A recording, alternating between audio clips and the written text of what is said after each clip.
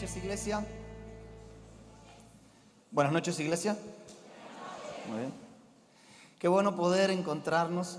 La verdad es que mi corazón está más que feliz de poder estar con ustedes en esta noche.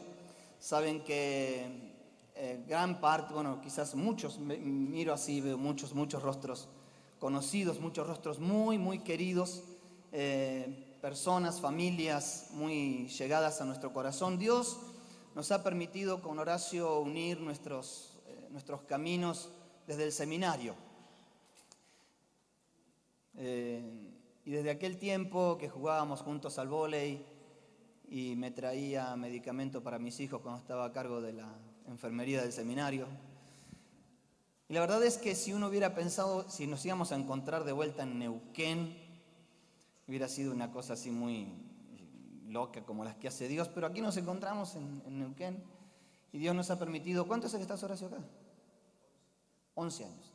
Así que durante estos 11 años Dios nos ha permitido hacer tantas cosas, inclusive con la iglesia antes de que Horacio llegara. Yo recuerdo, estábamos recién llegados a Neuquén, allí por el año 91, 92, 93. La iglesia estaba sin pastor y todavía se juntaban allí donde ahora es el atrio. Y allí venía a compartir las reuniones de oración con la iglesia de Barrio Progreso, y con un puñado de hermanos de Barrio Limay. Y con un puñado de hermanos allí estábamos y orábamos y compartíamos algunos estudios. Así que, y después fuimos desarrollando tareas y ministerios aún en la ciudad, y en la ciudad siempre compartíamos con algunos. Veía a Julio, ¿recién está Julio? Julio fue uno de los músicos que me tuvo que sufrir dirigiendo alguna reunión por ahí. Y fui transgeneracional porque lo dejé a Julio, después seguí con los más jóvenes. Pero siempre me gustó esto de compartir con muchas congregaciones, pero con unas con las que más compartimos fue aquí con la Iglesia del Camino. Así que para mí compartir hoy esta reunión y este motivo y este llamado de Dios para nosotros es un gusto y un gran placer. Verlo a Lorenzo, que fue, creo que me pegaron más los 50. Así que usted tenga un poquito de paciencia porque en todo esto estoy muy movilizado. Pero Lorenzo fue uno de aquellos que cuando yo llegué y era un muy joven e inexperto pastor de 25 años, algunas veces tuve que ir hasta la oficina de Lorenzo y decirle: Lorenzo, ¿esto cómo es esto, Lorenzo? Esto no me lo enseñaban en el seminario. Y bueno, él siempre con una palabra de sabiduría, de gracia. Algunos hermanos que hemos compartido el SICAM, estudios. Bueno, nada, vamos a dejar la parte emotiva para otro momento porque no vamos a avanzar de acá. Pero bueno, el Señor empezó a trabajar con nosotros en la tarea misionera hace ya algunos años, hace varios años atrás. La verdad es que cuando yo salí del seminario no tenía mucha idea de lo que eran las misiones transculturales. Para mí, de hecho, quien nos daba misiones en el Seminario Teológico Bautista en Buenos Aires no había cruzado mucho la General Paz, que digamos, ¿no? Así que no teníamos mucha idea de lo que eran las misiones transculturales, un mundo en necesidad, un mundo en oscuridad que necesita conocer de Cristo. Pero algunos años así, por el año 96, 97, en una conferencia Dios empezó a hablarnos sobre el tema de misiones y de misiones transculturales, y desde el año 99, 2000 tenemos una misionera en Senegal, Nancy, creo que todos han escuchado hablar de ella. Nancy Villegas está desarrollando una tarea preciosa hace ya casi 18 años en Senegal. Senegal es un país del occidente de África, donde está la pancita de África, allí en el occidente. Y en el centro de ese país hay una localidad que se llama Tambacounda. Si usted no se dio cuenta, es africano el nombre. Y allí estamos trabajando con los niños y trabajando con la alfabetización y con complementación alimentaria y ayuda en la educación y asistencia en la salud. Y la verdad es que ellos están haciendo una tarea tan fuerte, ¿no? Justo antes de venir para acá, Nancy me llamaba, me decía: estuvimos toda la semana en ayuno, oración, acá hay muchas luchas, el ambiente espiritual es muy fuerte. Y la verdad es que Dios está haciendo una tarea preciosa. ¿Sí? Tenemos un área de apoyo a Senegal que se llama el Plan Fancanta, Y el plan Fancanta es la adopción de niños, adopción virtual, no se imagine que usted se va a traer el niño para acá. Pero sabe que con muy poco de muchos, es mucho lo que se puede hacer allá. Y con aportes muy ínfimos, los niños tienen complementación alimentaria, se pueden inscribir en las escuelas, pueden tener materiales para que puedan estudiar, pueden tener medicamentos y la atención sanitaria. Y en verdad estamos tan felices porque como ya hace 18 años casi que estábamos, hay algunos niños que Nancy recibió siendo bebés. Tenemos, por ejemplo, un par de mellicitos que ellos nacieron y allí los mellizos se mueren porque nadie atiende, la salud pública prácticamente no existe. Y ahora ellos son jovencitos ya que están alabando al Señor, sirviendo a otros, enseñándoles en escuelas bíblicas a otros. Así que estamos realmente felices de lo que Dios está haciendo allí. Y lo que decía Horacio, la iglesia de Cutralcó, la iglesia bautista de Cutralcó, quizás ustedes conozcan a su pastor o algunos hermanos, ellos están bastante comprometidos con la tarea y Esteban, que es el pastor, dice, bueno, mira, los hermanos han querido hacer unos dulces caseros, artesanales, riquísimos y vienen incluidos con unción. Así que usted los puede comprar tranquilo. Dice, y eso va a ser para África, ¿no? Es una colaboración de ellos para la tarea en África. Y Dios puso en nosotros el llamado para poder servir en los países de Europa. La verdad es que lo primero que sentimos de parte de Dios en mi corazón fue poder ir a servir a Italia. No tengo, bueno, mi abuelo italiano, pero en realidad que no tengo una cuestión de andar con Italia para todos lados. O sea, no, vieron que algunos misioneros andan con la bandera. La verdad es que, bueno, no somos de ese tipo de misioneros. Pero sí sentíamos una carga de poder bendecir la iglesia en Italia. Patricia tiene una carga de ir a África. Entonces hicimos partición de partes y nos quedamos en España. Y en verdad es que entendemos que España va a ser un lugar estratégico.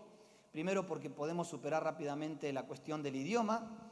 Aunque es el mismo idioma, hay muchos términos muy, muy diferentes que uno tiene que aprender a expresar. En un momento, en una predicación, dije, bueno, cuando ustedes se ponen la remera de Cristo, entonces todos se quedaron así mirándome como diciendo, ¿qué está diciendo este hombre? Entonces después pregunté y me dice, no, allá una remera es una mujer que rema. O sea, no existe tal cosa como una remera, ¿no? Se llama camiseta lo que uno se pone. Así que ellos no sé si imaginarían metiéndome la remera, no sé por dónde. En un mensaje estaba predicando, entonces, bueno, cuando usted se levanta a la mañana y entonces agarra y pone la pava en el fuego para hacerse... No dije mate, dije té, pero dije pava, ¿no? Entonces también me volvieron a mirar así. Para ellos la pava es la pava, o sea, la esposa del pavo. No existe la pava, es la tetera, ¿no? Entonces uno dice, bueno, ya tenemos superado el problema del idioma. No, nada que ver. La verdad es que todavía queda mucho. Pero bueno, ahí estábamos, ¿no? Y de hace 6 años atrás empecé particularmente a viajar a Italia, a viajar a España, a conocer iglesias, poder ministrar, con este sentir y con este llamado de parte de Dios, ¿no? Y ver cómo Dios iba a abrir las puertas. Esto lo fuimos compartiendo con la iglesia conocía nuestra carga misionera, lo hemos compartido con Horacio, con algunos pastores que son amigos del corazón, y sabíamos que estaban muchos orando por nuestro llamado a España. Pero quizás la pregunta que podríamos hacernos es, ¿no? Ops. Tranquilo, yo sigo. Bueno, es que ahora venía él... Justamente, bien. Bueno, teníamos allí el llamado para España. Teníamos un PowerPoint, pero si no lo podemos pasar no hay problema. Quizás la pregunta que a veces nos podemos hacer es, ¿por qué España, no? ¿Por qué España? Si uno cuando lo ve en los mapas aparece España como un país cristiano. Bueno, obviamente cuando habla de un país cristiano habla del país católico, no habla de los países evangélicos. Donde nosotros vamos a estar, la ciudad se llama Valladolid. Después lo busca en un Google Map y usted se va a poder ubicar. Vamos a ver si lo podemos activar. Pero para pensar en por qué en España, tenemos que pensar un poquito en la historia. Por eso cuando cantábamos recién esta canción, que no sé si estaba en programa o salió así, del Espíritu, el Dios de la historia o el Dios de mi historia, Jesús no es solamente el Dios de mi historia, Él es el Dios de la historia. La historia era la materia que yo más odiaba en la secundaria. ¿Cuántos dicen amén, gloria a Dios? Yo no entendía por qué teníamos que estar viendo tantas cosas tan antiguas, ¿no? O sea, habiendo tantas cosas tan interesantes en nuestra era moderna. Ahí está, gloria a Dios. Bien.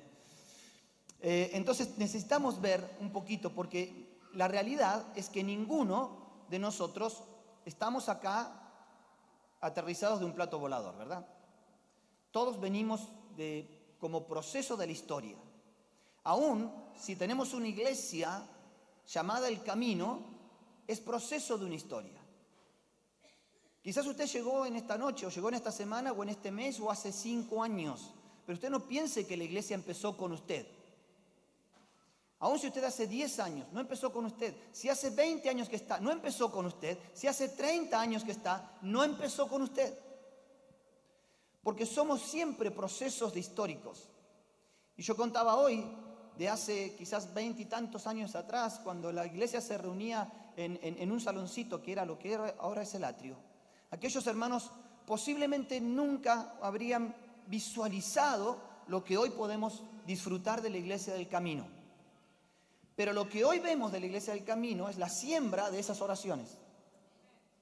Es la siembra de hermanos que con fidelidad mantuvieron las puertas abiertas cuando no había gente, cuando no había nadie, cuando el barrio era difícil, cuando la oposición era grande, cuando ser evangélico no era cool. Cuando ser evangélico, ¿entienden lo que es cool? Si no, pregúntele a su hijo. Cuando ser evangélico llevaba muchas veces oposición, luchas, batallas. Hubieron hombres y mujeres que sembraron sus vidas en esta tierra. Entonces no podemos negar la historia, aunque en esta generación posmoderna, en esta etapa de posmodernismo, tendemos a menospreciar y olvidar la historia. Y entonces pensamos que en Argentina siempre hubieron iglesias evangélicas. Y la realidad es que no. La realidad es que tuvieron que haber misioneros que cruzaron el océano en barco, no en un avión de Iberia que tarda 12 horas y te pasan películas toda la noche. Tuvieron que cruzar el océano en barco, afrontar y los que llegaban vivos predicaban la palabra. Porque esto es así, ¿no? Gardiner es el ejemplo de esto. Un misionero que vino a predicarle a los Onas, al sur, en Chile y en Argentina. Y toda su tripulación fue muriendo, quedaron varados en Tierra del Fuego, sin provisiones, sin recursos, y lo único que él pudo dejar fue su diario escrito. Por eso conocemos su testimonio. Y en su testimonio él dice, no pude predicarle a ningún Ona. Y él dice, una vida desarraigada de su país, trasladada a otro continente, sembrada en una tierra lejana, fría, distante. Y esas semillas son las que germinaron el Evangelio en Argentina. Posiblemente hoy nos llame más las atenciones los nombres de los ministerios, ¿no? que van creciendo y que son rutilantes pero guarda, no podemos olvidar estos aspectos históricos. Y cuando pensamos en España tenemos que ver un poquito de historia. Vamos a tratar de que le guste un poquito de historia. Aprendí historia y me empezó a apasionar.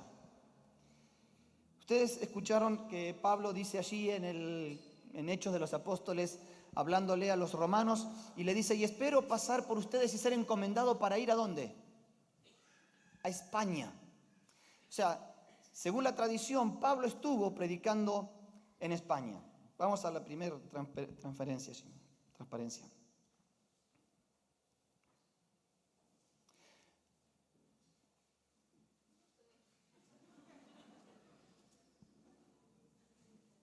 Bien.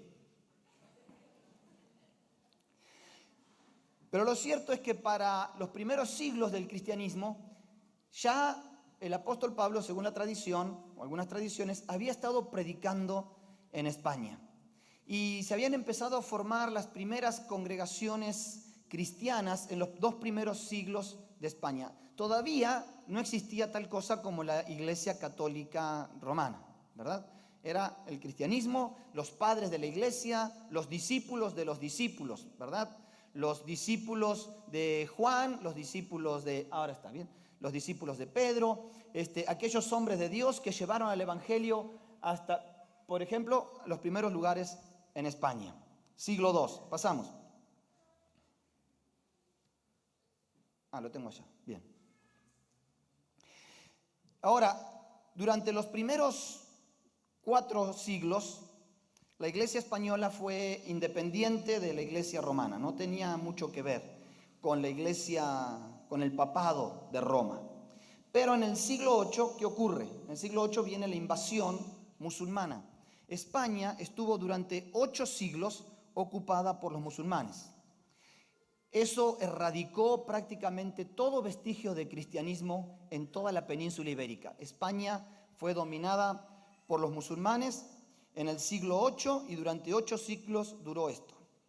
El último reino que se rinde, o sea, España empieza la reconquista, los españoles empiezan la reconquista de España, y el último reino que se rinde en España es el reino de Granada. ¿Saben en qué año?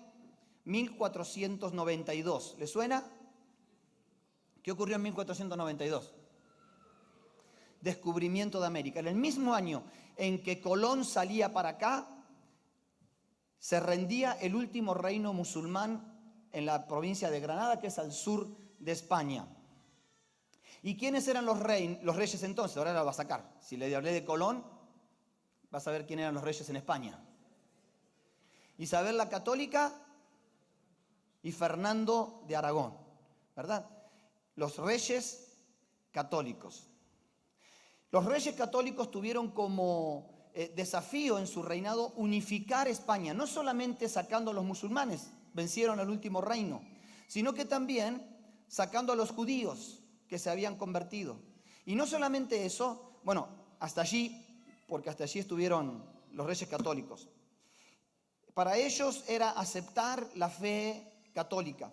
¿Por qué? Les cuento un poquito. Porque los reinos de Castilla y Aragón estaban en conflicto permanentemente con los reyes de Francia, estaban en guerra con los reyes de Inglaterra, estaban queriendo conquistar parte de Italia y el reino de Milán, y entonces ellos necesitaban, por ejemplo, el apoyo del Papa. Y para poder tener el apoyo del papado, entonces, bueno, ellos dijeron, nosotros vamos a hacer que toda España sea católica, cueste lo que cueste. Allí empezó la Inquisición. La Inquisición empezó con los judíos y con los moros. Ahora, en 1517, ¿alguien sabe qué ocurrió en 1517? El año que viene se celebran 500 años de la Reforma Protestante. Un tal Martín Lutero. ¿Escucharon hablar de Martín Lutero? Bueno, o sea, usted tiene que saber que nada de lo que estamos viviendo hoy sería si Lutero no hubiera estado dispuesto a poner la cabeza en la guillotina para defender la sola fe, la sola escritura y la sola gracia. La reforma de Lutero, que surgió en Alemania, hizo que los reyes católicos empezaran a atacar, obviamente, a todo lo que fueran los protestantes evangélicos. Esos les llamaban los herejes evangélicos. Ahí pasamos la transparencia, otra más. Ustedes pueden ver ahí algunas escenas de lo que era la herejía o de lo que era la Inquisición. Cristianos quemados, cristianos torturados. A ellos se los torturaba para que negaran la fe. Estamos hablando de cristianos protestantes, ¿verdad? Las enseñanzas de Lutero se habían empezado a meter en España. Y los que adherían a las enseñanzas de Lutero, o sea, los que abandonaban la fe católica, la Santa Madre Iglesia Católica, y decidían seguir esta nueva forma de doctrina, eran torturados, eran obligados a negar su fe, y si negaban su fe, los mataban y los quemaban. Y si no negaban su fe, los quemaban sin matarlos. O sea, tenías una oferta, ¿no? negás tu fe, bueno, te matamos y después te quemamos. Hubieron casos que desenterraron los huesos para quemarlos. El tema era que había que quemarlos. No importaba que ellos estuvieran muertos. Y si no negaban su fe, entonces vivos los ponían en la pila y así. Ahora, ¿ustedes saben dónde vivían Fernando y Isabel? En Valladolid. Allí, en la región de Castilla y León. Allí vivían ellos. Allí nació Felipe II, uno de los reyes de España, y allí tenía su sede de gobierno Carlos V, el emperador. ¿Escucharon hablar de él? Bueno, no sé. Interesante, ¿no? Porque él comienza con la Inquisición contra los herejes. Pasa esta diapositiva. Ese es un grabado que representa la guerra contra los protestantes en Valladolid, el 29 de mayo de 1559. Allí se quemaron 47 cristianos, 2 de ellos vivos, en un lugar que se llama Campo Grande, en Valladolid. Yo estuve en ese lugar, estuve en un lugar que se llama la Torre del Quemado, porque allí está como testimonio de la Inquisición contra la iglesia protestante, que fue raíz de las iglesias evangélicas. Y no solamente esto, hay una calle que se llama la calle de la sal, porque uno de los que quemaron, un pastor protestante que quemaron, le derribaron la casa, le sembraron el terreno con sal y por 200 años nadie compró ni construyó en ese lugar porque esa era tierra de herejes. Yo quiero que usted dimensione lo que implicaba en aquel tiempo ser cristiano reformado. No era evangélico en ese tiempo, pero por ser cristiano reformado. Pasamos. Recién en 1868, escuche, porque pasó toda esta situación, recién en 1868 hay libertad de culto en España. Y se llegan a unos 30.000 fieles. En 1870 se funda la primera iglesia bautista de Madrid. Estuve en ese edificio, pero en 1936 hasta 1939 ocurre la Guerra Civil Española. Nuevamente el evangelio es arrasado, nuevamente los templos son cerrados, los pastores son expulsados del país, muchos pastores son apresados y de 1939 hasta 1975 ocurre el régimen franquista. Franco toma el poder en España, han escuchado, ya de Franco estamos un poquito más cerca, ¿no?, de la historia, y él prácticamente borra de España un gobierno de ultraderecha que apoyaba fervientemente la iglesia católica de vuelta en España, prácticamente borra la iglesia española cristiana evangélica. En 1978 recién se celebra la Constitución Nacional Española. Nosotros estamos ahora, este año, celebrando los 200 años de nuestra Constitución, ¿verdad? Bueno, en España la Constitución es de 1978. A partir de ahí recién empezó a haber libertad religiosa. Habían quedado un puñado de cristianos. ¿Usted qué piensa que esos cristianos se animaban a salir a la calle a predicar? ¿Piensan que esas familias cuyos padres habían sido expulsados, torturados, muertos, se iban a animar a predicar? La iglesia quedó llena de temores, encerrada en sus templos, simplemente sobreviviendo. Hasta la década después del 2000, donde empieza la inmigración latina, principalmente a España, y allí la iglesia empieza un poquitito a moverse. Ahora, ¿cuál es la realidad de España? España tiene 46 millones de habitantes, más o menos como Argentina, ¿no? Estamos por ahí. Está compuesta por 17 comunidades autónomas. Usted puede ver en violeta la comunidad autónoma de Castilla y León. Allí vamos a estar nosotros, Dios mediante. Son 50 provincias. Una de esas provincias, allí en el centro de la zona amarilla, está Valladolid, que es la ciudad en donde nosotros vamos a estar ministrando. Ahora, en Castilla y León son 2.248 municipios. Solamente 38 municipios tienen iglesia evangélica. Saque la cuenta porque ya...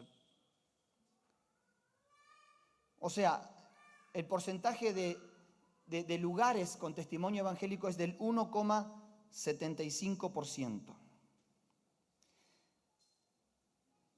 El número total de evangélicos para el 2012 en Castilla y León era de 8.800 cristianos.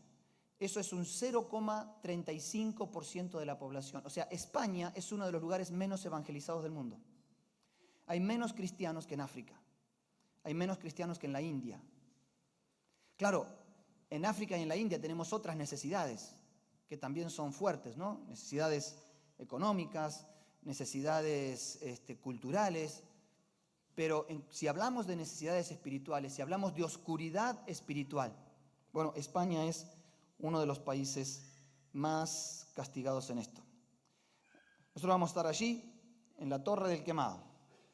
Ya lo primero que vamos a hacer es ir a orar a la calle de la Sal esa y vamos a empezar a hacer guerra espiritual.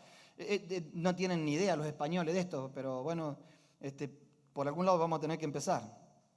Valladolid tiene 225 municipios, 530.000 habitantes, de los cuales solamente 9 municipios tienen iglesia evangélica o algún testimonio evangélico.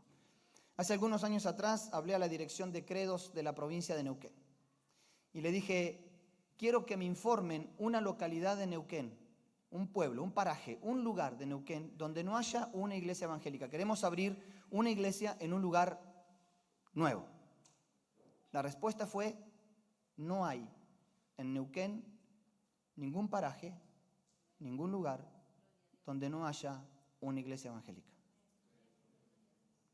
Claro, gloria a Dios decimos nosotros que estamos acá, pero los que están allá.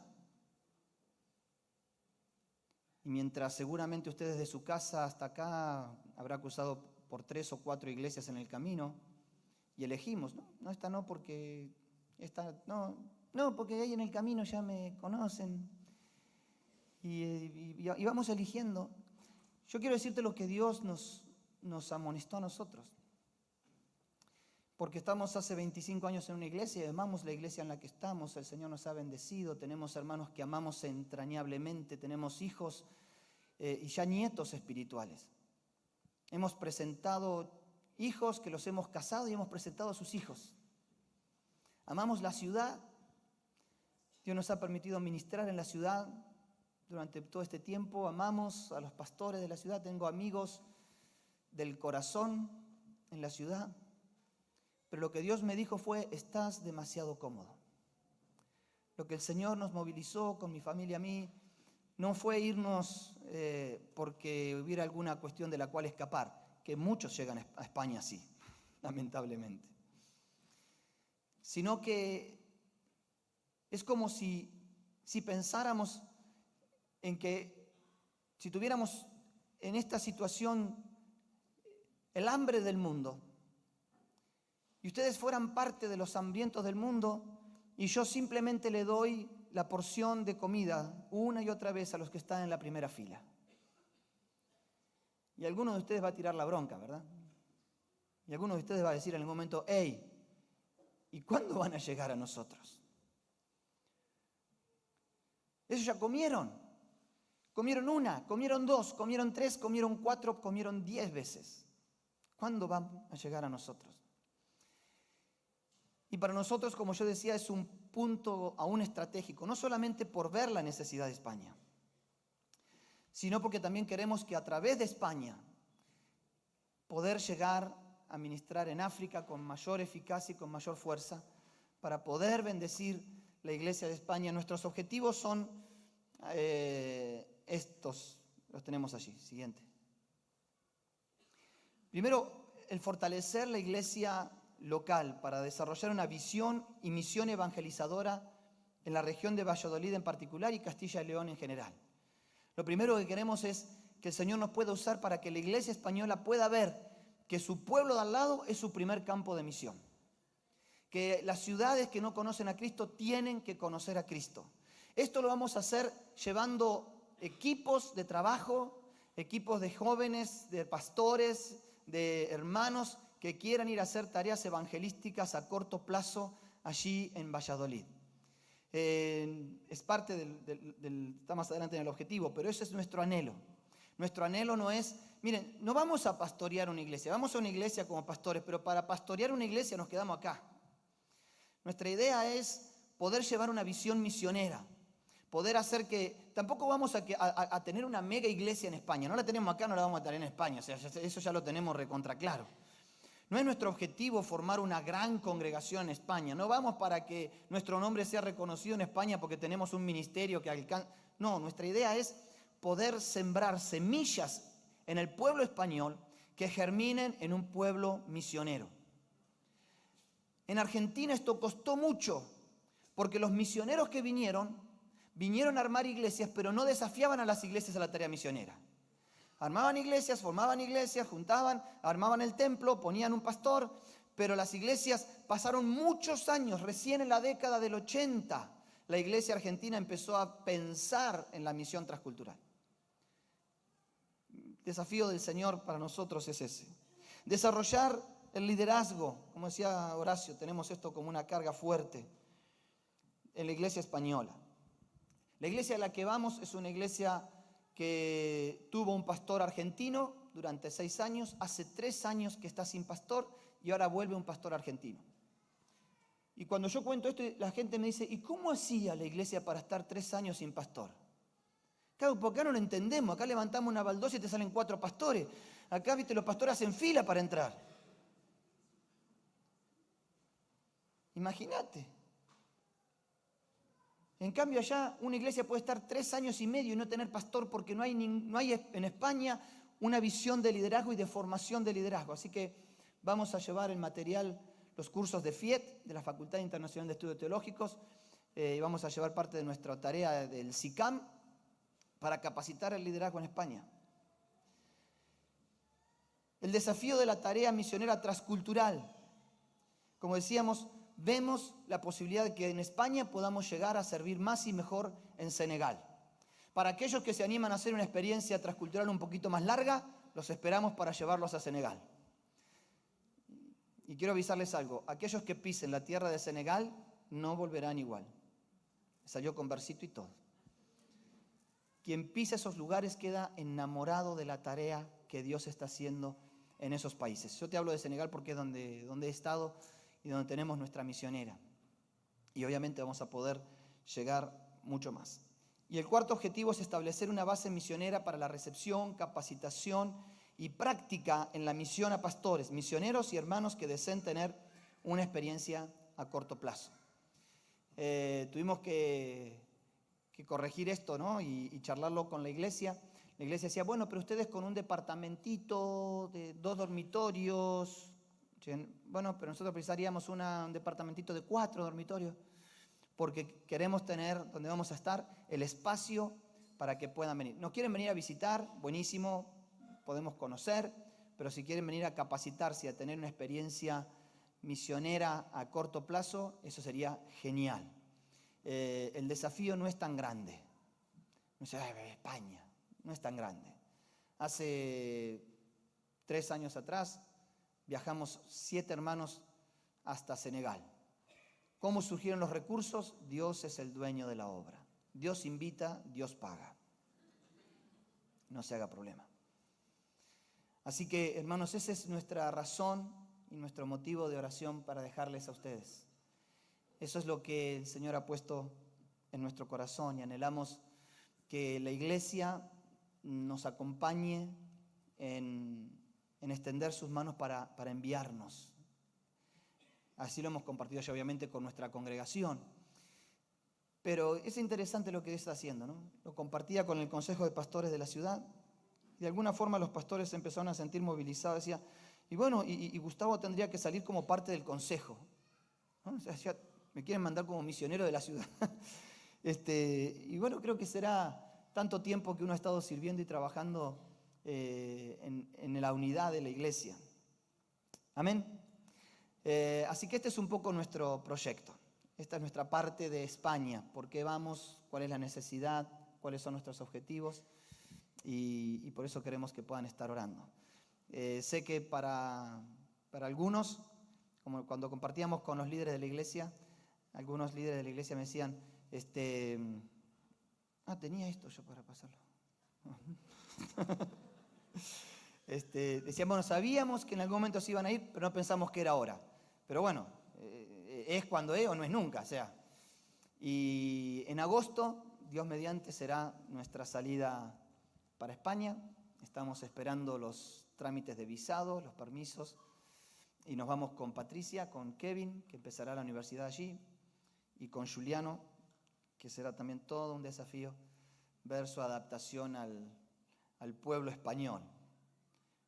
La verdad es que vamos con bastante, principalmente con bastante temor, porque bueno, uno sabe, ¿no? El pueblo español es más estructurado, tiene más orden, no funciona esto acá de los mantos y qué sé yo, pero el problema es que Juliano le saca los pañuelos a las hermanas en el culto y él empieza a hacer mantos, ¿no? Entonces la oración es quizás un poco más tranquila, y el problema es que Juliano, cuando él se siente así, se empieza a caminar y empieza, Señor, en el nombre de Jesús, y no sabemos cómo, bueno, no vamos a parar, o sea, creemos que Dios lo va a usar como elemento de transformación en esa cultura, ¿no? Así que oren por Juli. Bien, quisiera que puedan orar por nosotros y vamos a la palabra del Señor. Entonces, sí. Vení, Patri, Kevin. ¿Qué les parece si nos ponemos de pie? ¿Sí?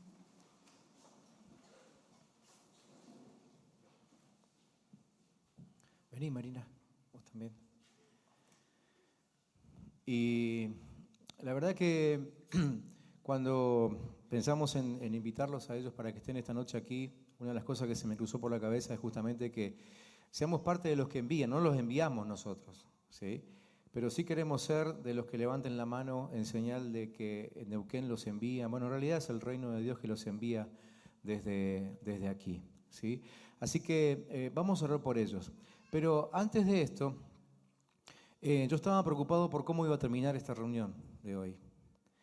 Porque sentimos en el corazón, y ustedes se van a enterar esto ahora, de que queremos levantar una ofrenda para ustedes, ¿sí? Y estaba preocupado porque a veces vieron que los pastores se hacen largo para terminar. Y se ponen a orar por todos, y digo, ay, se me va a ir la mitad de la iglesia, y yo quiero que tengan la posibilidad de ofrendar por ellos. Sí, ya sé, por eso.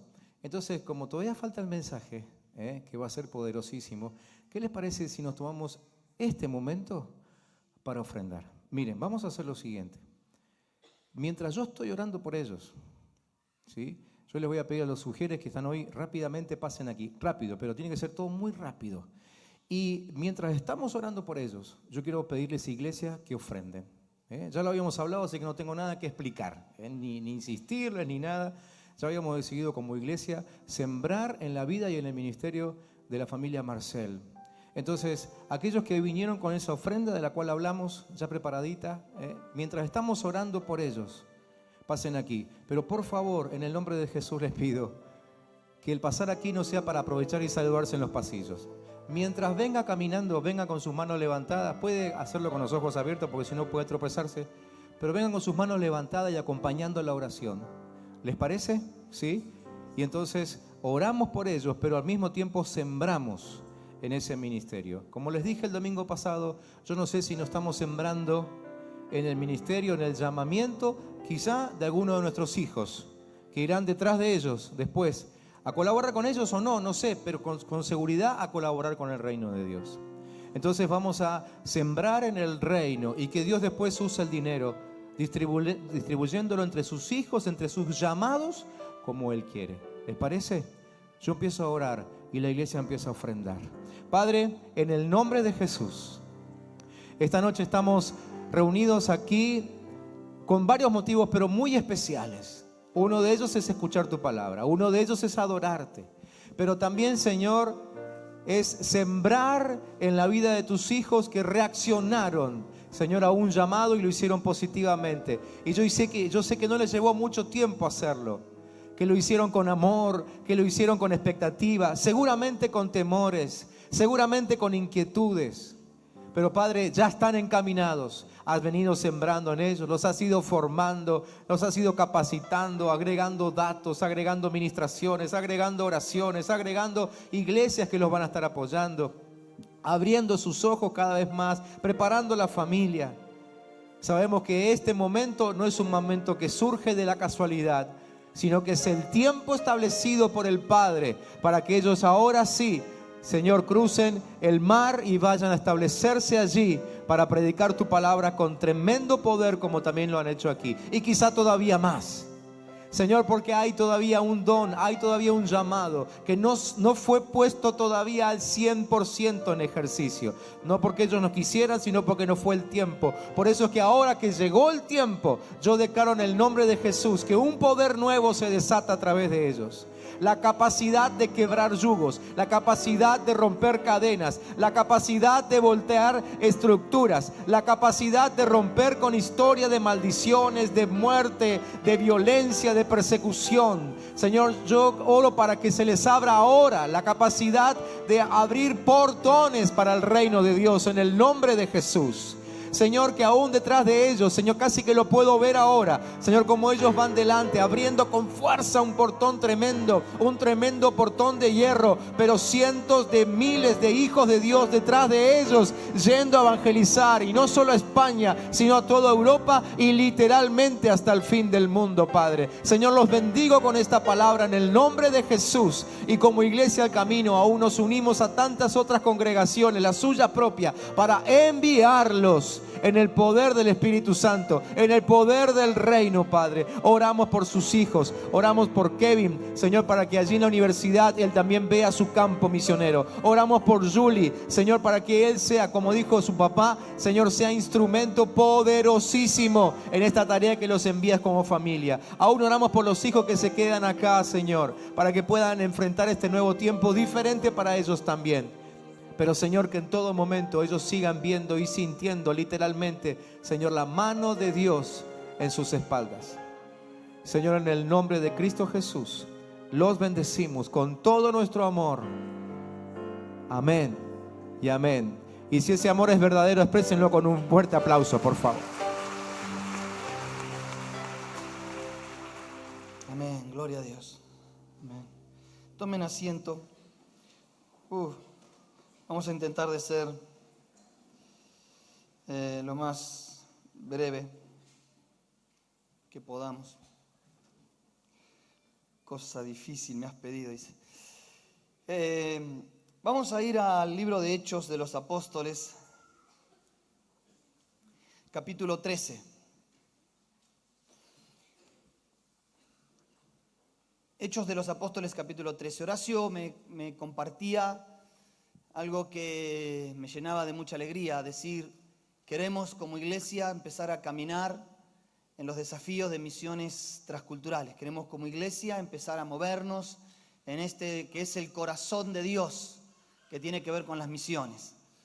Y en verdad quiero decirles, iglesia, que si la iglesia se embarca sobre el tema de misiones, Dios hará cosas que ustedes no se están imaginando todavía. Dios va a pedirles cosas que hasta ahora ustedes no se piensan qué es lo que Dios puede empezar a pedir cuando nos metemos en estos temas. Hechos de los Apóstoles, el capítulo 13.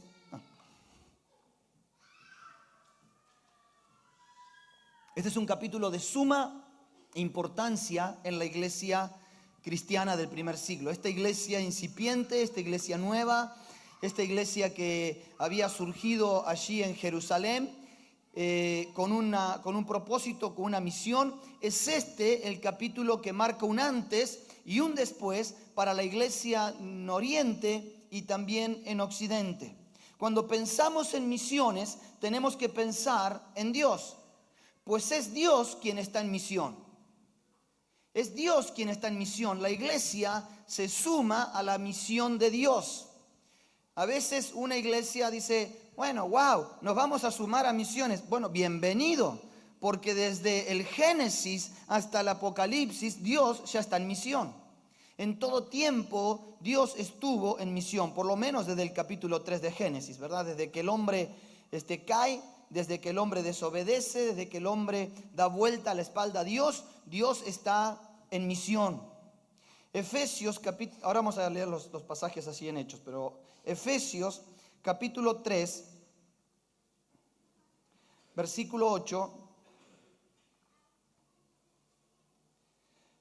El apóstol Pablo dice: a mí, que soy menos que el más pequeño de todos los santos, me fue dada la gracia de anunciar entre los gentiles el evangelio de las inescrutables riquezas de Cristo, y de aclarar a todos cuál sea la dispensación del misterio escondido desde los siglos en Dios, que creó todas las cosas, para que la multiforme sabiduría de Dios sea ahora dada a conocer por medio de la iglesia a los principados y potestades en los lugares celestiales, conforme al propósito eterno que hizo en Cristo Jesús nuestro Señor.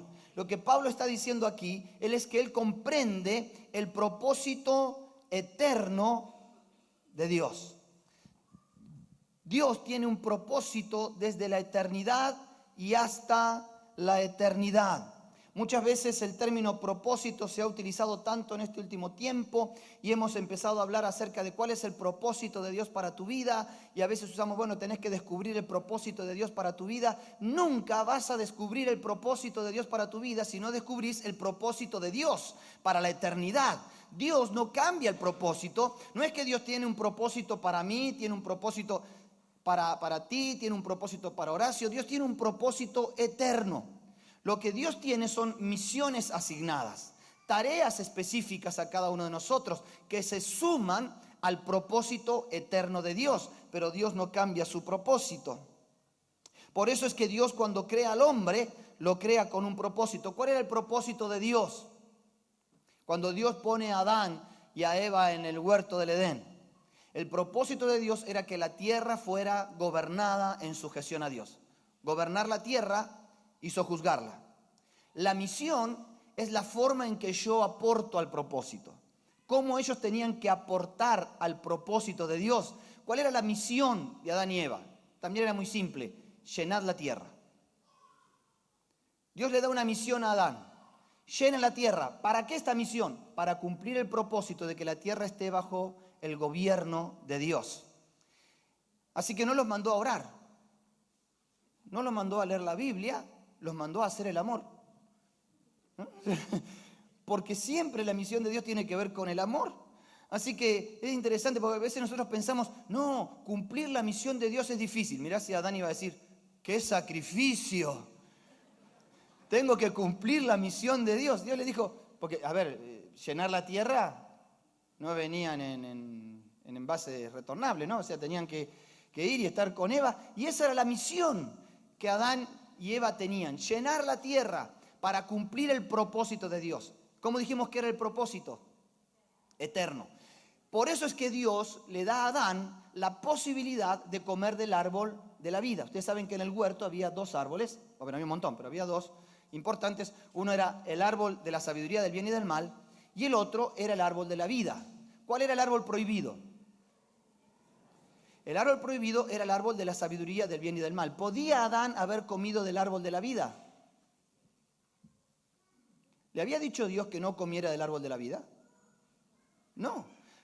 ¿Qué hubiera ocurrido si Adán hubiera comido del árbol de la vida? Lo que hubiera pasado es que Adán hubiera logrado eternidad. Entonces tendríamos un propósito eterno de Dios con un hombre eterno. ¿Me está siguiendo? Ahora, cuando Adán peca, entonces entra la muerte. De cierto digo, el día que comieres de este árbol, de cierto morirás. Entonces Dios tiene ahora un problema, tiene un propósito eterno, pero un Dios, un hombre que es limitado. ¿Cómo se cumple entonces el propósito eterno de Dios? Y allí entra el concepto generacional de Dios. Es generación tras generación. Dios empieza a llamar hombres, familias, pueblos en cada generación para que cumplan su parte, para que sean el eslabón en la gran cadena de Dios, para que ellos puedan cumplir su misión asignada en el plan eterno de Dios. Por eso es que cuando vos estás en la misión de Dios, tocas eternidad. ¡Wow! Quiero que diga conmigo, wow. Acá hacen lo que vos le decís.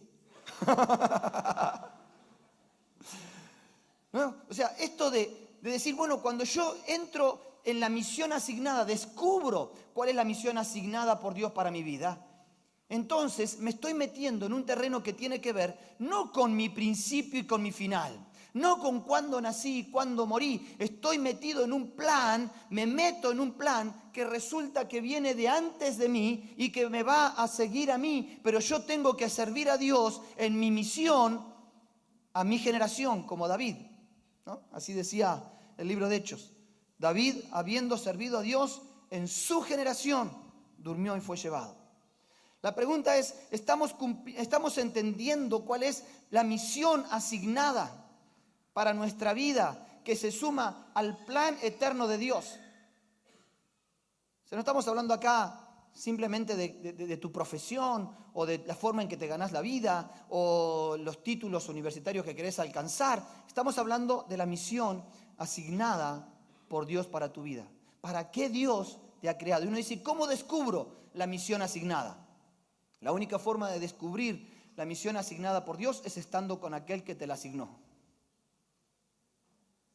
No hay otra manera. No hay otra forma de que vos descubras la razón por la cual Dios te puso en ese lugar, en ese trabajo, en ese espacio. ¿Por qué Dios quiso que vos fueras maestro en esa escuela, en ese barrio? ¿Por qué Dios te está usando en ese lugar? Esa es tu misión asignada. Y si vos cumplís con tu misión asignada, estás tocando eternidad.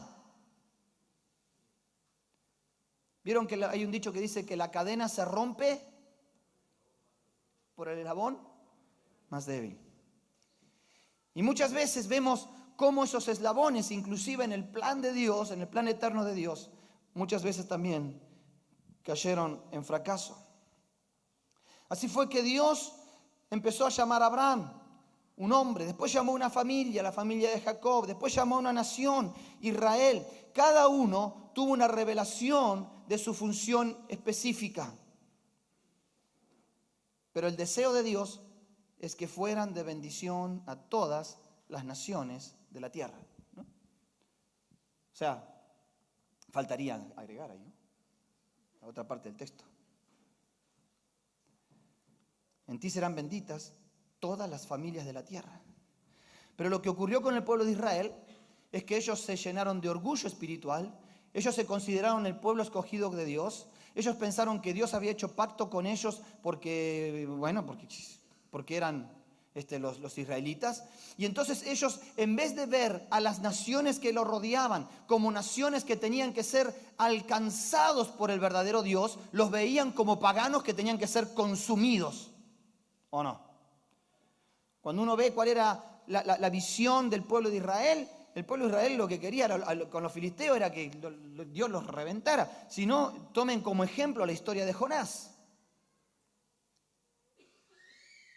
Nunca un evangelista tuvo tanto éxito como Jonás, de que todo un reino se arrepintiera, y el tipo estaba enojado con Dios porque se habían arrepentido.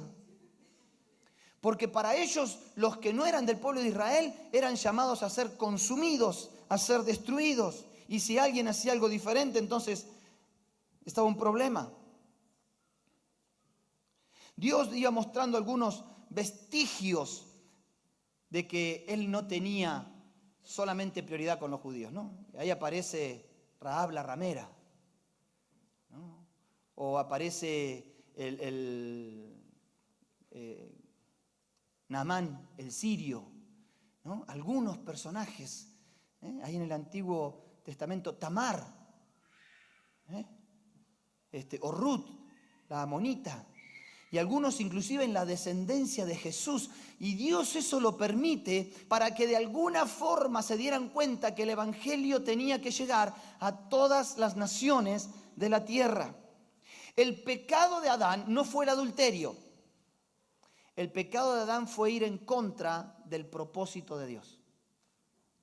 Nuestro mayor pecado no tiene que ver con los actos, sino cuando no cumplimos la misión asignada. A ver, ¿quién cometió peor pecado, Saúl o David? Hagámoslo en un pecadómetro. Pongámoslo en una balanza. ¿Quién cometió mayor pecado? Bueno, Saúl, nada, o sea, había hecho un sacrificio, de última estaba haciendo el asadito por los muchachos. David adulteró, mandó a matar al esposo de la otra. ¿Quién hizo peores cosas? David.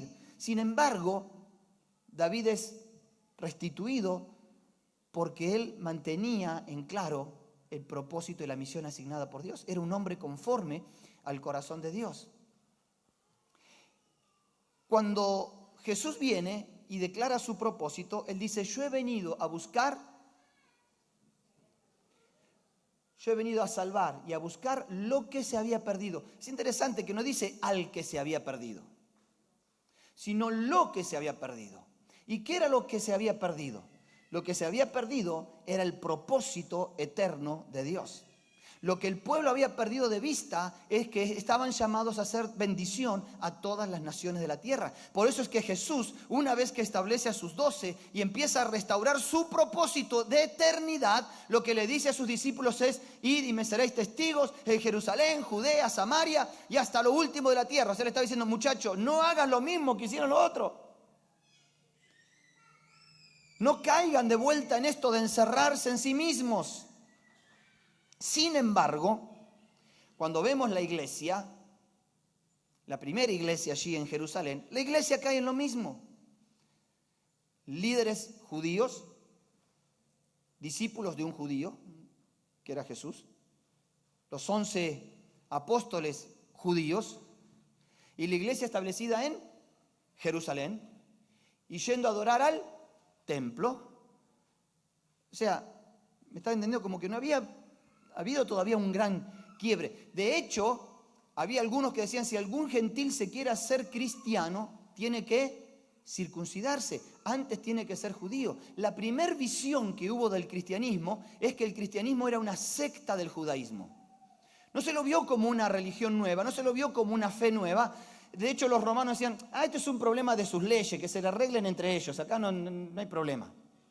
Por eso yo vuelvo ahora a este capítulo 13 de Hechos, porque es allí en donde se produce el quiebre de mentalidad. Es recién acá, en Hechos. Algunos dicen en Pentecostés. No, en Pentecostés eran judíos, prosélitos. Eran judíos los que estaban ahí. Es acá, en Hechos 13, en donde la iglesia intencionalmente capta la visión de Jesús. Antes, podíamos hablar de Felipe, ¿no? Yendo a Samaria por la persecución. O podríamos hablar de, que después habló al etíope, que era del norte de África, llevado por el Espíritu. Podríamos mencionar a Pedro, que también le va hasta Cesarea a predicarle a Cornelio, pero fue de mala gana, ¿no? O sea, entró a la casa de Cornelio diciendo, ustedes saben cuán abominable es para mí estar acá. O sea, una visión misionera.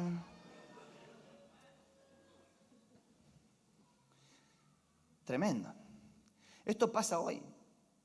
Hoy estábamos mirando un video, estamos pidiéndole al Señor estrategias para trabajar con los refugiados en Europa, que va a ser otra de nuestras realidades. Y en ese video decían, las iglesias no le abren las puertas a los refugiados. No le hablan a los refugiados porque son de Siria. Como un español, pues hombre, ¿no? Como un español se va a relacionar con un sirio. Porque tenemos este concepto, los cristianos todavía a veces vivimos allí encerrados en eso. Bien, entonces, vemos esto, Hechos de los Apóstoles 13.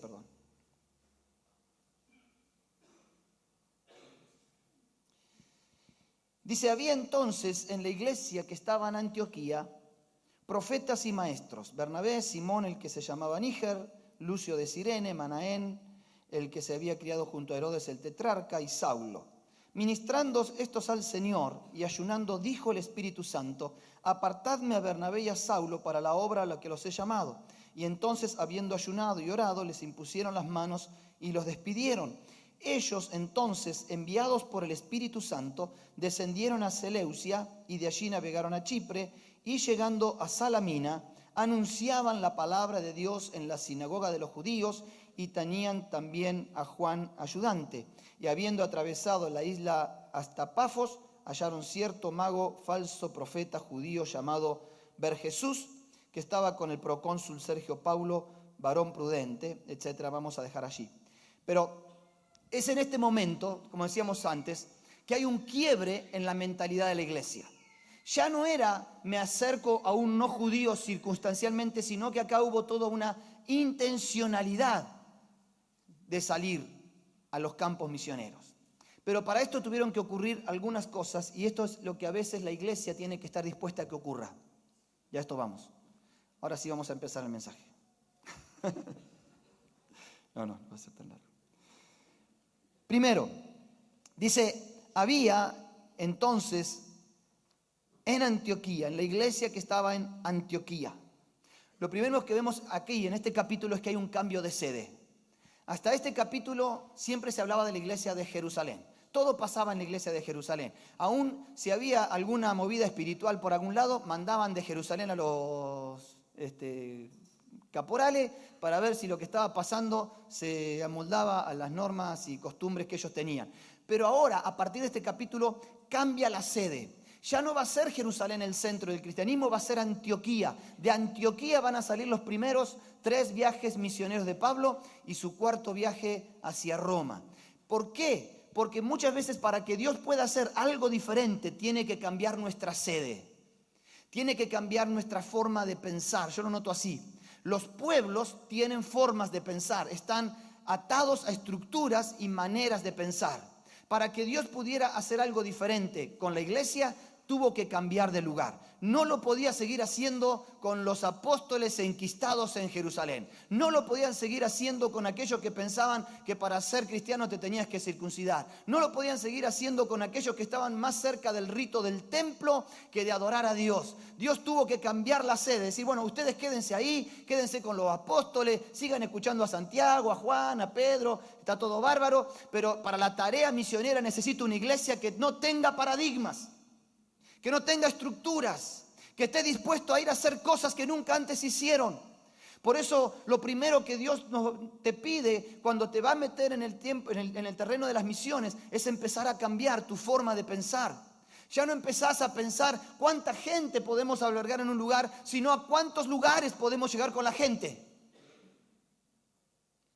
Ya no empezás a pensar que el centro de la cosa está en el lugar donde vos residís, sino que ese lugar es una potencialidad, es una fuerza centrípeta que afecta a otros lugares de alrededor.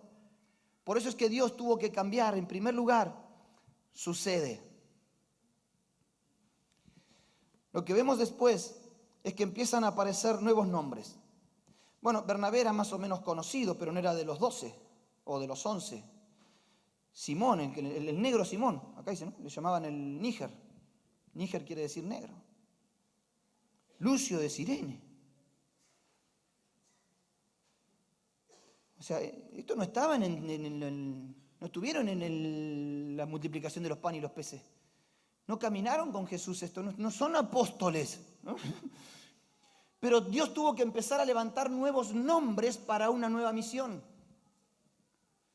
Personas con nuevos desafíos, nuevos protagonistas. Y quizás estos se hicieron conocidos, pero porque Lucas era bastante meticuloso y le gustaba tomar datos de todas las cosas que escribía. Pero la Biblia habla de un montón de discípulos que fueron esparcidos por diferentes lugares y dice, y cuando iban predicando el evangelio del reino por donde iban, anónimos. El evangelio se empieza a extender por medio de los anónimos. Una iglesia que se mete en misión no es una iglesia que va a estar pensando en el nombre de quién será reconocido, sino en la cantidad de anónimos que hacen la misión allí donde ellos están. ¿Cuántos dicen amén? Dar un aplauso al Señor porque tú eres uno de esos anónimos. Dios no nos llama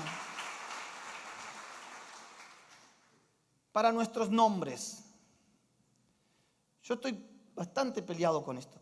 Me permiten, después me voy igual, así que.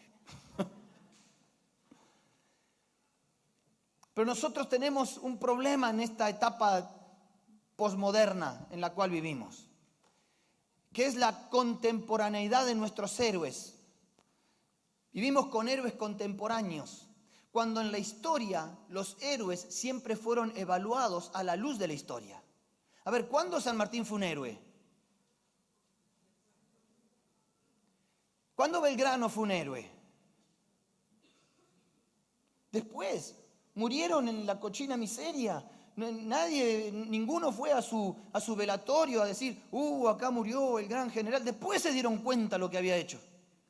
Después fueron reconocidos, porque la historia fue avalando lo que sus vidas fue reflejando hasta el final. Hablemos solamente de la obra, ¿no? No hablemos de la persona, no sé cómo sería como persona. Pero hoy tenemos los héroes contemporáneos. Nosotros tenemos una calle en Neuquén que se llama Pastor Luis Pruis, ¿no? Juan Pruis, perdón, allá en barrio San Lorenzo. Pero no la pusieron cuando Juan Pruis estaba vivo. Cuando Juan Pruis estaba vivo decían, ¿y quién es Juan Pruis? ¿Qué sé yo? Pero el tiempo marcó la obra. El tiempo avaló su testimonio. Entonces dijeron, ahora le vamos a poner una calle al pastor Juan Pruis. Pero se dieron cuenta que ahora las calles se las ponen a los héroes contemporáneos. Llámese Néstor Kirchner o llámese lo que sea. No estoy hablando acá de una cuestión política, estoy hablando acá de una cuestión de lo inmediato que buscamos héroes que todavía son contemporáneos. No le dimos tiempo a que la historia los pruebe. Y así tenemos que andar, ¿no? Reculando como el cangrejo después. Porque algunos de los que considerábamos nuestro héroe en la fe, se fue con la secretaria. No, esperá. Claro, esperá que se muera. Esperá que se muera. Dejá que termine hasta el último día de vida. O sea, dejá que esté en el cajón y cuando está en el cajón ya no se va a ir con la secretaria, ya no va a meter la mano en la lata, ya no va a ser un déspota. Y ahí honralo. ¿Me está siguiendo? Pero por eso es que estamos en este tiempo de posmodernismo, ¿no? Y Dios usa multitudes de anónimos. Una de las cosas que surge también en este cambio de paradigma es nuevos ministerios. Hasta ahora, a ver para explicarlo un poquito, pero hasta ahora lo que veíamos eran, bueno, en principio los apóstoles, ¿no? Lo primero que surge en el libro de Hechos, los apóstoles, los 11, ministrando a la iglesia. Después surgen los diáconos, allí en Hechos capítulo 6, allí aparecen los primeros diáconos. Y después aparece el evangelista Felipe, pero ahora aquí dice, había profetas y maestros. Como que se van sumando, no es que van reemplazándose, se van sumando ministerios. Cuando la iglesia quiere pensar en misiones, requerirá de todos los ministerios que Dios ha establecido. Pastores, apóstoles, evangelistas, profetas, maestros. Una iglesia integral es la iglesia que empieza a funcionar en la misión de Dios. Fíjense que ellos estaban ministrando al Señor y ayunando. ¿Qué diferencia? ¿Se acuerdan cuando se quedaron los 11? Jesús les dijo a los 11, vayan al aposento alto allí y esperen hasta que venga sobre ustedes el Espíritu Santo. Así que los tipos no tenían sobre ellos por lo menos el Espíritu Santo, estaban ahí mirándose las caras, orando. Y dice, trajimos 12 sillas y tenemos una vacía. Podríamos elegir al sucesor de Judas mientras, ¿no? O sea, ya que estamos, todavía el Espíritu Santo no llega, ¿qué te parece si mientras esperamos echamos suerte? No, una forma así muy espiritual que tuvieron los hermanos para resolver la cuestión. Echamos suerte a ver quién puede ser el sucesor de Pablo. ¿Dónde Jesús le dijo que tenían que elegir el sucesor de Judas?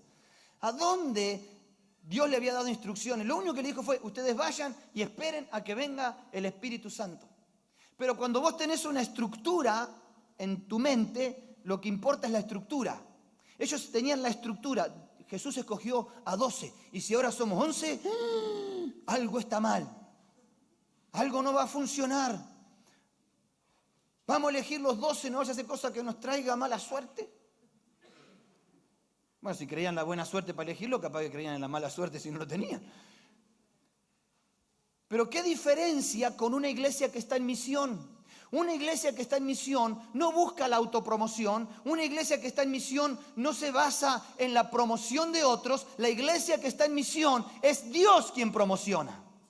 Fue Dios el que le dijo, apartadme a Bernabé y a Saulo. Y ni se les... Bueno, si hubieran ocurrido esto en Jerusalén, hubieran dicho, bueno, y ahora vamos a tirar suerte, a ver si es Bernabé o Saulo. No, los dos, o sea.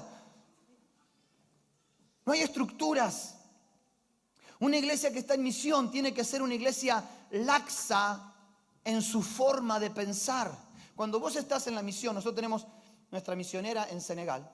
Senegal tiene cerca de 400.000 habitantes en su zona y solamente está nuestra base misionera, que hay una iglesia incipiente de unos 20, 30 miembros, y una iglesia de las Asambleas de Dios con un pastor del Congo que tendrá también unos 50 miembros. Son las únicas dos iglesias. Cuando vos estás en misión, tenés que ir al pastor de la Asamblea de Dios y decirle, hola hermano, acá estoy, juntémonos todos los días a orar, porque somos los únicos dos que estamos, ¿entendés? Porque no nos vamos a empezar a cascotear entre nosotros, porque no hay otro. O sea, lo bueno es que ellos no tienen con quién hablar mal del otro. Porque lo único que les queda es, mira, vengo con vos a hablar mal de vos. O sea, no tienen con quién más compartirlo. Pero eso te implica ampliar tu cabeza. Estuvimos hablando con el pastor de Madrid, de la primera iglesia bautista de Madrid. Y yo ya no quería empezar mal de entrada. Yo voy a estar a 200 kilómetros después.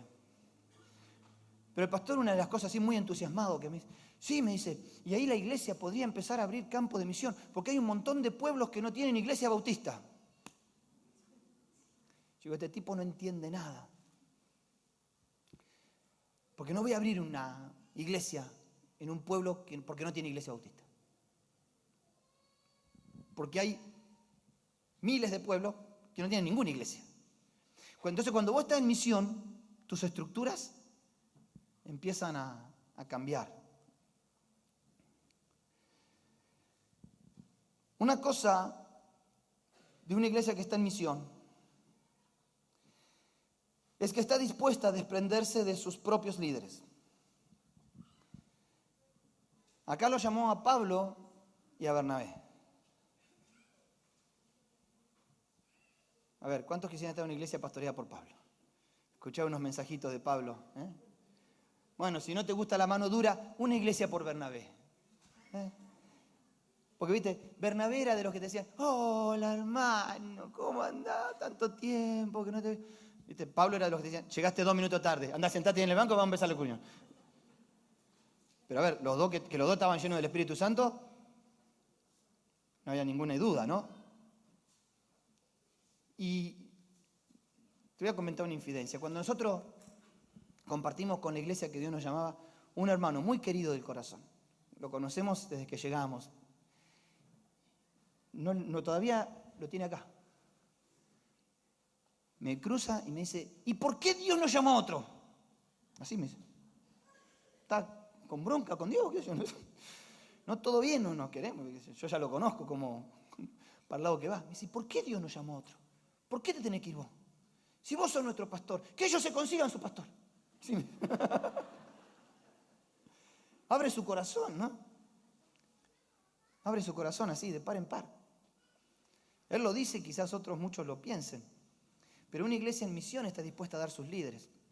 Me acuerdo cuando Dios llamó a Nancy, nuestra iglesia era muy pequeña. No es que ahora seamos una gran iglesia, pero bueno, era más pequeña que ahora.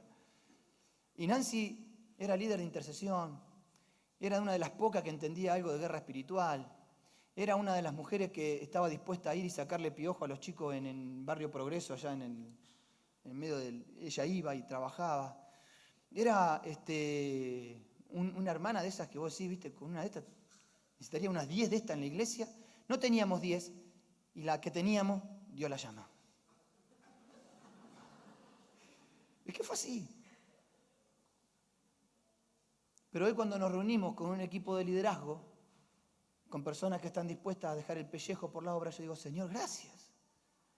Gracias, porque la iglesia que está en misión, la iglesia está dispuesta a sembrar a sus líderes, no aquel que no... Yo, pastor, no sé qué hacer. Bueno, andate en las misiones. No. Pero es que a veces pasa eso. No los envían, se los sacan de encima. Pero una iglesia que está en misión tiene que saber que tiene que estar dispuesta a que Dios va a llevar lo mejor. O al pastor. Dios va a buscar lo que más puede servir en la obra, porque el corazón de Dios está allí. El corazón de Dios está en la misión. Entonces, enviados por el Espíritu Santo, descendieron a Seleucia y allí, navegaron para un lado, para el otro. La iglesia que está en misión es una iglesia que quien toma el control del rumbo es el Espíritu Santo. Quien agarra el timón de la cosa es el Espíritu de Dios. Por eso es que la iglesia de Antioquía podía hacer misiones y por eso es que la iglesia de Jerusalén nunca se decidió por las misiones. Porque en la iglesia de Jerusalén cada decisión se tenían que juntar ahí entre todos los capos a ver qué iban a hacer. A ver si estaba bien que le cayera el Espíritu Santo a Cornelio, no estaba bien que le cayera el Espíritu Santo a Cornelio. A ver qué era lo que estaba pasando en Samaria, los enfermos se sanaban, los endemoniados eran liberados, la gente se convertía. Y esto van a ver si era de Dios o no era de Dios. Imposible que una iglesia así se involucre en misiones. Por eso es que Dios tuvo que usar la iglesia de Antioquía. Y es la primera vez que la iglesia hace una tarea transcultural con intencionalidad.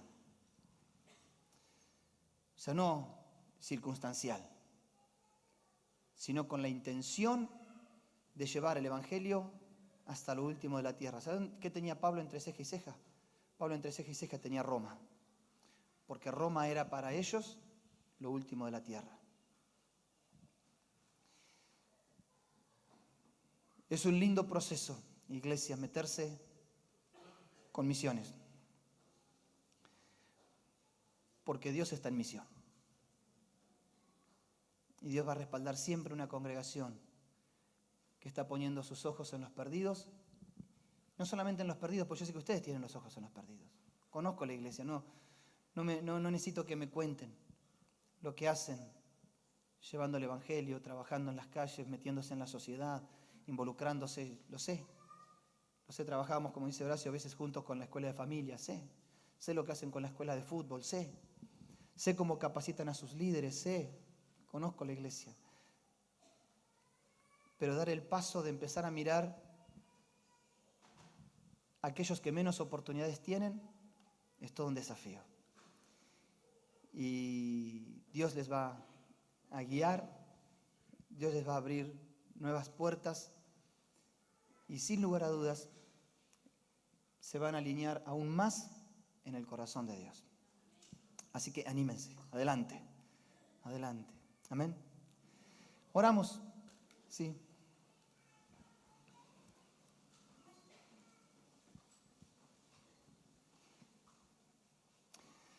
Señor, en el nombre de Jesús, en esta noche te damos gracias, porque tú eres un Dios que está en misión. Y nosotros, Señor, necesitamos descubrir lo que hay en tu corazón cada día más. Y Señor, como aquellos discípulos que se encomendaron a una tarea que nunca habían hecho y a surcar aguas que nunca habían navegado, simplemente confiaban en la guía de tu Espíritu Santo. Señor, yo como siervo y ministro tuyo sé que en el pastorado muchas veces conocemos bien las aguas en que navegamos y sabemos los caminos por los que andamos. Pero Señor, tú nos desafías a ir a nuevas aguas, a donde no hay planos, donde no hay rutas, solamente la guía de tu Espíritu. Y papá, te ruego que tu bendición sea sobre la iglesia del camino. Que lo que hay, Señor, en el corazón de sus pastores se contagie a toda la congregación. Que cada uno de tus hijos en este lugar, Señor, entienda la misión asignada por ti y que son llamados a tocar eternidad en tu propósito eterno. Señor, es mucho más que enviar un misionero. Es captar, Señor, el latir de tu corazón por los que se pierden, por aquellos no alcanzados, por los que tienen menos oportunidades. Señor, tú levantarás de esta congregación niños con llamados misioneros. Señor, tú empezarás a despertar jóvenes, matrimonios, profesionales, que empezarán a ver que están en un estado de comodidad y de confort, y los empezarás a movilizar y a inquietar, y tú los empezarás a llamar, y la iglesia tendrá que estar lista para sostener la cuerda de los que vayan. Señor, en el nombre de Jesús, yo te doy gracias porque has bendecido esta iglesia. Has bendecido el ministerio, Señor, de tus hijos en este lugar. Pero, Señor, guíales a un paso más. En el nombre de Jesús. En el nombre de Jesús. Amén, Señor. Amén. Amén.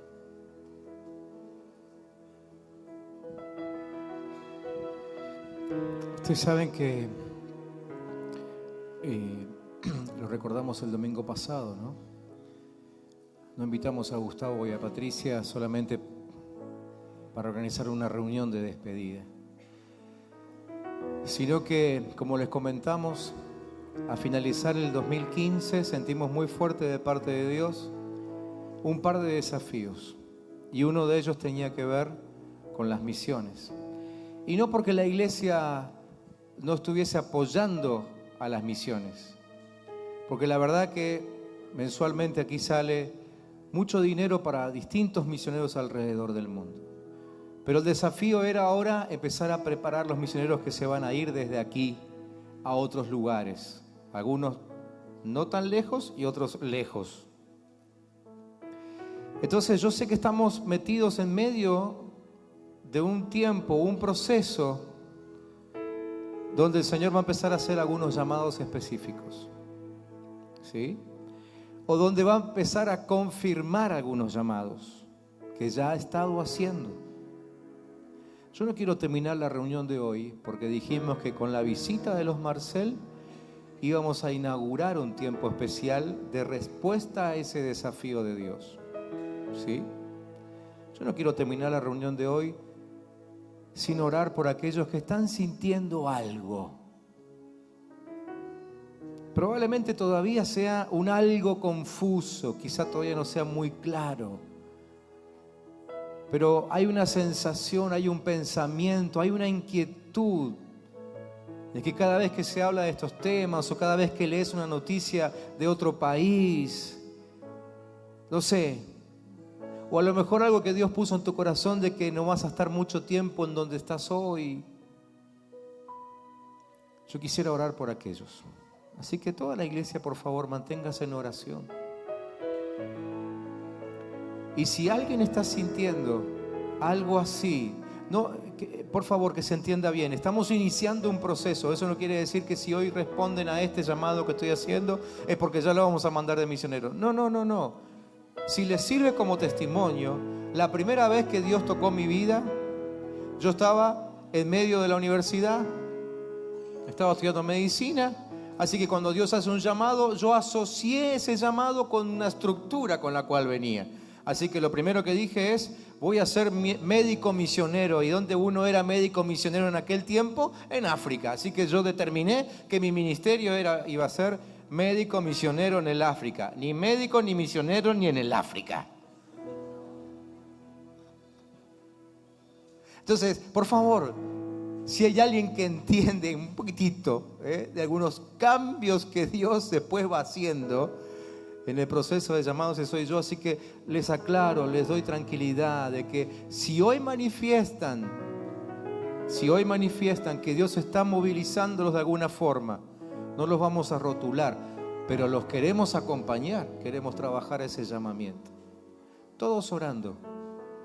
Y si alguien tiene esa sensación, ahí donde está, por favor, ponete en pie para que podamos orar por vos. Si alguien tiene esa sensación, ponete en pie. Insisto, puede ser algo aquí cerca, pero quizás sea algo lejos, no importa ahora. Pero el tema es que Dios está llamando para sacarte de tu lugar habitual, de tu lugar habitual.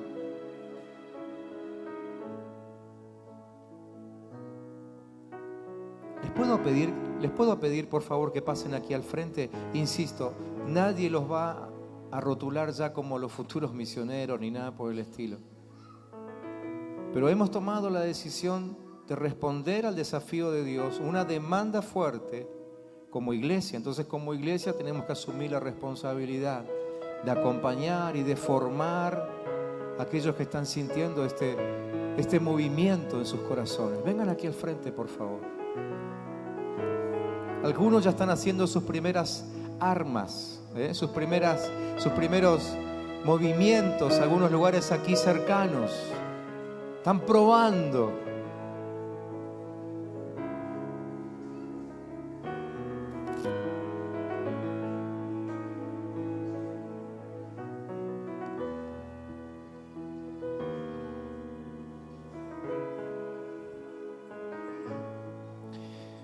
Líderes de los grupos troncales, por favor, pasen rápido y rodéenlos.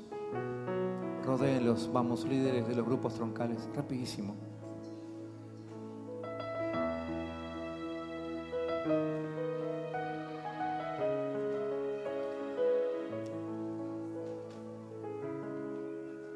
Señor, en el nombre de Jesús, no entendíamos muy bien lo que estabas reclamando cuando nos hablaste, pero sin entender dijimos, Señor, lo vamos a hacer. Vamos a encarar este nuevo tiempo con estos desafíos. Y hoy, Señor, hoy es el día de la manifestación de la respuesta a uno de tus desafíos. Empezar a trabajar en enviar misioneros desde aquí. Señor, y quizá de los que están aquí al frente, hay algunos que ya han empezado a sentir ese toquecito de Dios, porque como dijo tu siervo recién, tú invitas y tú te encargas del resto. Y has empezado a movilizarnos. Quizá de entre los que se quedaron sentados, habrá alguno que empezará a sentirlo a partir de hoy. Pero Señor, en el nombre de Jesús, todos juntos como iglesia oramos y decimos, lo que quieras hacer entre nosotros, hazlo, Señor. ¿Cuántos dicen amén?